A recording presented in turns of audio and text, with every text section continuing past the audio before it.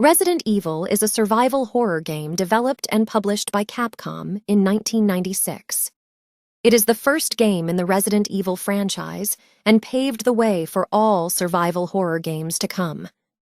The game features STARS Alpha team members, Chris Redfield and Jill Valentine, who the player gets to choose between before starting the game. Each character offers their own challenges and scenario. Chris can take more damage, but has fewer item slots and need to find more keys. Jill takes damage more quickly, but has more item slots, a lockpick, and Barry helps out a lot more from the start compared to Rebecca. We start things off with a black and white FMV with Chris providing narration. Despite the game giving you the choice of who to play, it's obvious Chris is meant to be the main character as he provides narration for both scenarios and get the most screen time in the opening credits.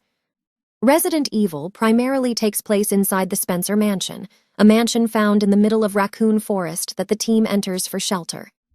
Depending on which character you choose, Barry or Chris will be missing. Once a gunshot lures you into the dining room, you have your first feel for the controls. Whether you're new to the franchise or are a longtime fan, chances are you probably discussed the tank controls at great length.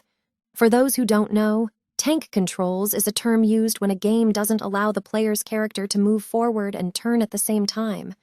If you're not used to this style of controls, it can be extremely annoying. Many of us who grew up with the game didn't find it all that hard, but I'd be lying if I said I never ran into anything stupid because of it. Then we have the fixed camera angles. As you explore the mansion, the camera will change accordingly. This provides some suspense when you encounter an enemy you can't see, but it also generates a cheap level of difficulty, as when you go to line up a shot, the enemy will trigger the camera angle to change, messing you up. Sometimes the camera will be far away, making it hard to line up your weapon. Enemies range from zombies, animals, etc. Each one is due to the experiments that were going on in the mansion before you arrive. You can learn more through documents you can discover in the house, just like a mystery. The best part about the first game and what helps make it so scary is that you have no idea what's going on. Why are there zombies walking around? What happened to the dogs? Why is there a giant snake killing people? You don't find out until you put all the clues together by the end. That, combined with the atmosphere and music, makes it a wonderful experience to play. Your inventory comes into play when you need to balance out your weapons, ammunition, healing items, keys, and items you need to solve puzzles. This is where the survival elements comes in, as you only have so many slots, and you only get so much ammunition at a time.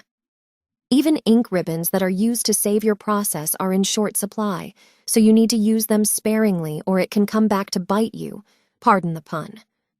Because of this, you really need to think carefully about how you're going to use your items. Sometimes it isn't in your best interest to just blast through everything that gets in your way. You need to explore every crack of the mansion you can so you don't miss anything important. I can understand why this wouldn't be some people's cup of tea, but I honestly think this is what separates Resident Evil and survival horror from other games and is something that's been lost for a while now. Puzzles in this game can be rather tedious. When you're in need of a key or something, you need to solve a puzzle. In one example, you need to click on several pictures in order from newborn baby to old man. That's easy to solve unless you just click yes to the first picture you find. To get a key in order to fight Yawn, you need to exchange emblems in 2 separate rooms and play on the piano to move the clock. If Umbrella employees put half the effort into their experiments that they did with these puzzles, they'd be ruling the world by now. Now, while I enjoy Barry as a character, it just bothers me how much he's used to save Jill in her scenario. In later games and the movies, Jill is depicted as a badass, but if you played the first game, you wouldn't get that vibe from her. She comes across more as a damsel in distress than special forces. That's why I don't understand why Rebecca is seen as the weakling. She ends up helping Chris a lot more than Chris had to save her. To be fair to Capcom, I don't think they intended for this to come across as sexist. That's just what happened. They balanced it out pretty well between Rebecca and Chris, so it's just disappointing that they couldn't do the same with Jill and Barry. I think you all know what's coming next. The voice acting is horrible. It's so bad it's good. When Resident Evil began, it never took itself seriously, whether it meant to in the beginning or not. That's part of the charm. If that isn't something you could get into, I suggest playing the remake. They do a better job of playing it straight in that one. Resident Evil has multiple endings depending on choices you make in the game. You don't even have to save your lost teammate to complete it.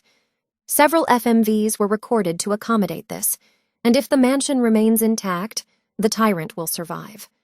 Rebecca and Barry can also die if you're not careful, so there is a sense of accomplishment escaping the mansion with everyone. Resident Evil is a fun survival horror game with a fair amount of replay value. If you enjoy survival horror, zombies, or hilariously bad voice acting, then I definitely recommend Resident Evil to occupy your time. Get it!